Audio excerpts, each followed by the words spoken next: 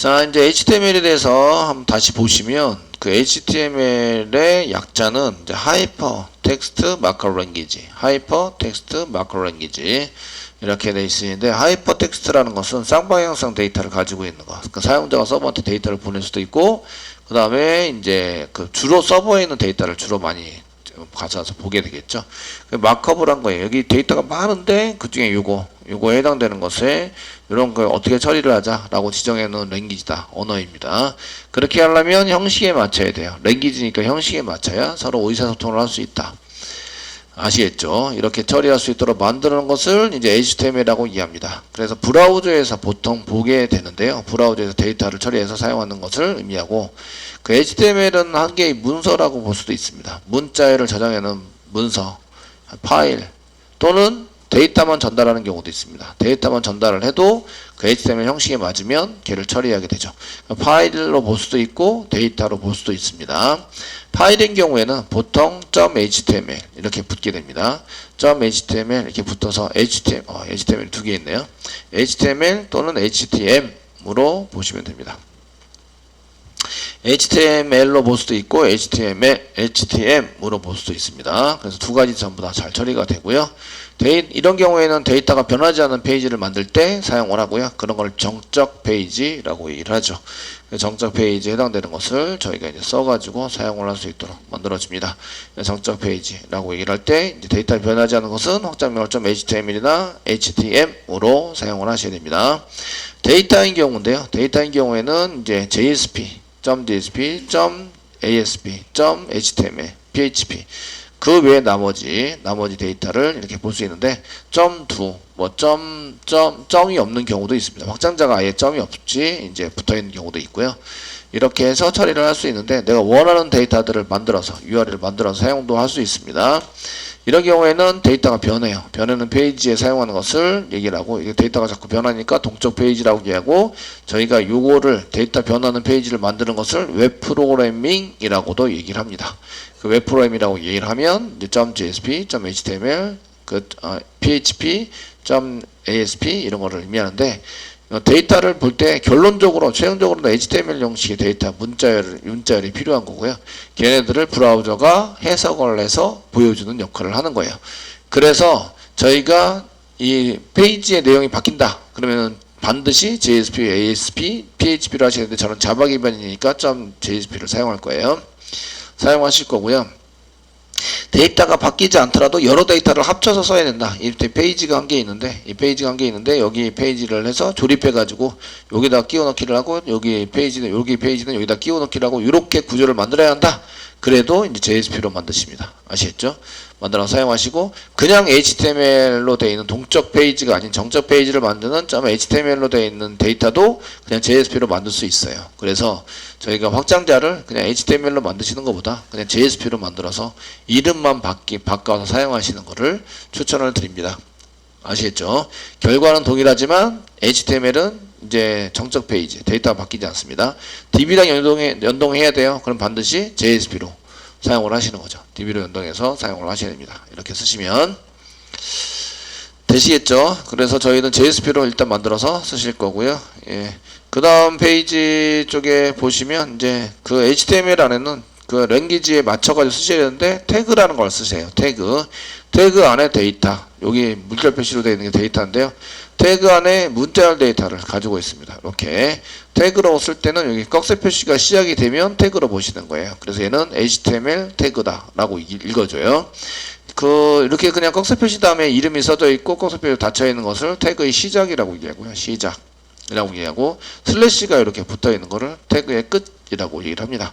그 사이에 데이터, 문자열 데이터들이 들어가 있다. 이렇게 얘기를 하고요. 태그 안에다가 태그를 집어넣어서 사용할 수 있습니다. 태그를 만드실 때 이렇게 한 칸 띄고 그 다음에 이렇게 이 이름을 지정을 하고 이꼬를 남겼습니다. 그 다음에 뒤에 나온 상따표로 값을 써서 사용하시는데, 요걸 여기다가 저장을 해놔라 이런 얘기죠. 저장을 해놔라. 여기서 이제 HTML 배우시는 분들은 이걸 속성이라고 얘기를 합니다. 속성이라고 얘기를 하고, 이제 어트리뷰트, 영어로는 어트리뷰트, 속성 이렇게 얘기를 하겠죠. 되셨나요? 속성이라고 얘기를 하고요. 여기 있는 것을 값이라고 얘기를 하는 거죠. 값. 그러면은 랭귀지상에서는 이렇게 표시하면 어떻게 돼요? 오른쪽에 있는 것을 여기다가 저장을 해 놓으세요. 이런 얘기입니다. 이게 어디 안에 있는 거예요? HTML 안에 있는 겁니다. 그러니까 HTML 안에 LANG라는 변수가 있고 변수 안에 KO라는 값을 여기다 집어넣어라. 이런 의미를 갖고 있습니다. 아시겠죠? 이런 거를 속성이라고 얘기하고요. 속성 LANG를 지정해서 KU라는 것을 저장해 놓습니다. 이게 변수라고도 써놨죠? HTML 안에 변수를 지정해서 LANG, 자바 배우시는 분들 변수가 익숙하시죠? 그래서 LANG라는 변수를 이렇게 지정을 해서 KU라는 값을 넣어주세요. 라는 의미입니다. 그럼 LANG 안에 KU라는 값을 이렇게 넣어가지고 저장을 하고 있다가 브라우저가 필요할 때 꺼내서 쓴다 이런 얘기입니다. 브라우저가 해석을 해봤을 때 얘는 뭐 하라는 놈이다 라고 지정이 되어 있는 거이기 때문에 꺼내서 쓰는데 이름이 다르면 못 꺼내겠죠. 그래서 속성 이름 값을 넣어야 된다. 반드시. 이미 지정된 속성이 있습니다. 그래서 속성에 해당되는 특별한 동작이나 데이터 표시를 위해서 정해진 속성 이름을 써야지 내가 아무 이름이나 서서 저장을 해놨다고 해서 얘가 동작을 하지 않습니다. 그래서 속성에다가 뭔가를 데이터를 집어넣으면 얘가 이제 데이터 보이는 게 다르게 보입니다. 다르게 처리되는 것도 다르게 처리가 됩니다. 이해되시겠죠? 그렇게 해서 사용이 되니까 거기에 맞춰서 이제 쓰시고 이 속성은 여러 개 쓸 수 있습니다. 이렇게 한 칸 띄고 여기 썼는데 여기다 또 한 칸 띄고 또 이름 속성을 집어넣고 값 집어넣고 이렇게 여러 개 변수가 한 개만 쓰는 건 아니겠죠. 그래서 변수 여러 개를 지정해서 쓸 수 있습니다. 그리고 태그 안에는 이제 집어넣을 수 있는 게 또 한 개 있는데 태그 안에 이벤트 핸들러라는 놈을 집어넣을 수 있습니다. 이벤트 핸들러. 이벤트니까 어떤 동작을 처리하는 핸들러 라는 놈을 집어넣을 수 있는데 앞에 on자를 붙입니다. on 뒤에 이벤트, 클릭 이벤트.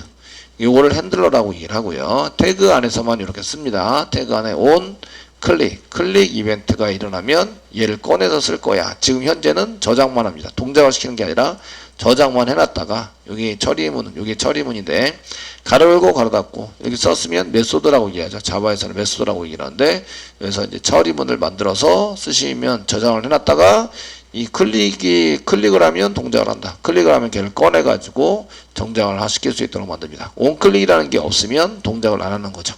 얘가 없으면 동작을 안 하고 있으면 동작을 하고. 이해되시겠죠? 얘 태그 만든 거는 무슨 태그? img 태그, 이미지 태그입니다. 곡색 표시 들어있는 img 태그 안에 속성으로 onClick 속성에다가 데이터를 저장해 놨다가 쓰는데 이게 on이라고 썼으면 이벤트 핸들러라고 이해하고요. 이벤트가 일어나면 동작을 시키는 처리문을 만들어서 저장을 해 놓을 수 있습니다. HTML 안에 태그 안에다가 쓸 수 있는 것 중에서는 이제 속성을 지정해서 값을 저장할 수 있고 그 다음에 이벤트 핸들을 만들어서 처리한 문을 저장해 놓다가 동작을 시킬 수 있습니다.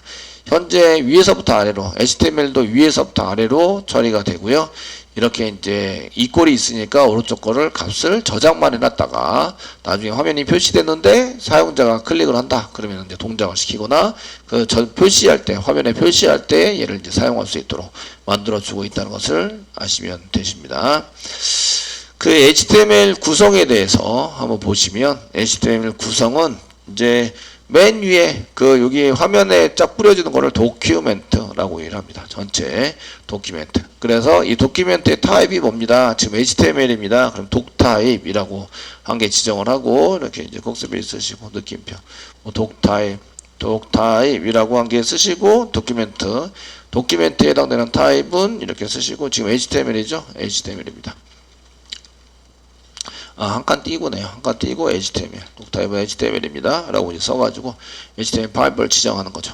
그러면 이제 요 밑에 나오는 태그는 HTML 태그여야 됩니다. 이해되시겠죠? 되셨나요? 요 브라우저에서 독타입이 생략됐다는 얘기는 HTML을 보겠다. 이런 얘기입니다. 그러니까 그 브라우저가 기본이 HTML이에요. HTML. 이해되시겠죠? 그러니까 HTML을 생략할 수 있어요. 독답이 안 나오더라도 얘는 HTML 태그를 보고 있는 거구나 라는 것을 알 수가 있으세요. 이해되시죠? 근데 맨 처음 태그가 HTML이 안 나오면 이제 경고가 나오는 거죠. 경고가 나와서 이제 HTML에 해당되는 것을 써야 합니다. 그 독타입 객체 안에는 HTML 태그가 있고요. HTML 태그 안에 HTML 태그 한 개만 있습니다. 그 안에 여러 개의 태그들이 있습니다. 만들어서 사용하시고요. 그래서 이 HTML 태그는 여러 개의 태그들을 가지고 있다. 여러 개의 태그들로 구성이 되어 있다 라는 용어를 쓰는데요. 그래서 태그, HTML 태그 외 여러 개의 태그들을 구성 요소라고 얘기를 해주고, 영어에서는 얘를 엘리먼트라고 얘기를 해줍니다. 그러니까 HTML을 배우시는 분들은 엘리먼트라는 얘기를 엄청 듣습니다. 아시겠죠? 엘리먼트를 얘기를 듣는데 구성 요소는 뭘로 되어 있어요? 태그로 되어 있죠? 그러니까 태그 자체를 엘리먼트라고 얘기를 해줍니다. 되시겠죠? 이런 번역해서 사용하는 것을 아셔야 되고, 이런 것들을, 이 엘리먼트는 이런 태그를 의미하는데, 그 태그 안에는 뭐를 가지고 있어요? 태그 안에는 변수와 메소드를 갖고 있습니다. 그래서 변수와 메소드를 갖고 있는 이런 것을 객체라고 얘기하죠. 아시겠죠? 그래서 얘네들 구성되어 있는 태그들은 전부 다 객체로 볼 수가 있으십니다. 그러니까 구성 요소, 영어로 하면 엘리먼트, 얘를 객체, 태그, 이런 얘기는 다 똑같은 얘기입니다. 되시겠죠? 그래서 HTML은 또 뭘로 구성이 돼? 그 안에는 크게 뭘로 구성이 되냐면 헤드와 바디로 구성이 되어 있고요. 그 안에는 필요에 따라서 여러 개를 이제 집어넣을 수도 있고 꺼낼 수도 있는데, 반드시 바디와 그 헤드와 바디로 구성이 되어 있습니다. 헤드 부분은 보여주는 페이지의 설정에 해당되는 데이터를 집어넣는 게 헤드 부분이고요. 보여주는 데이터, 보이는 것에 해당되는 것을 지정해서 쓰는 게 바디 태그입니다. 그러니까 여러분들이 이거 데이터를 보여줘야 한다? 그럼 바디 태그에다 무조건 쓰시면 되고요. 얘네들은 설정에 해당되는 겁니다. 그러면 이제 헤드 태그에다 사용을 하시면 되십니다.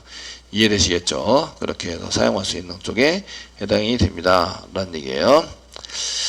자, 여기까지가 HTML 기본적인 것에 해당되는 것을 하셨고요. 이제 슬슬 실제적으로 이제 HTML 태그를 가지고 만들어 보셔야 되겠죠?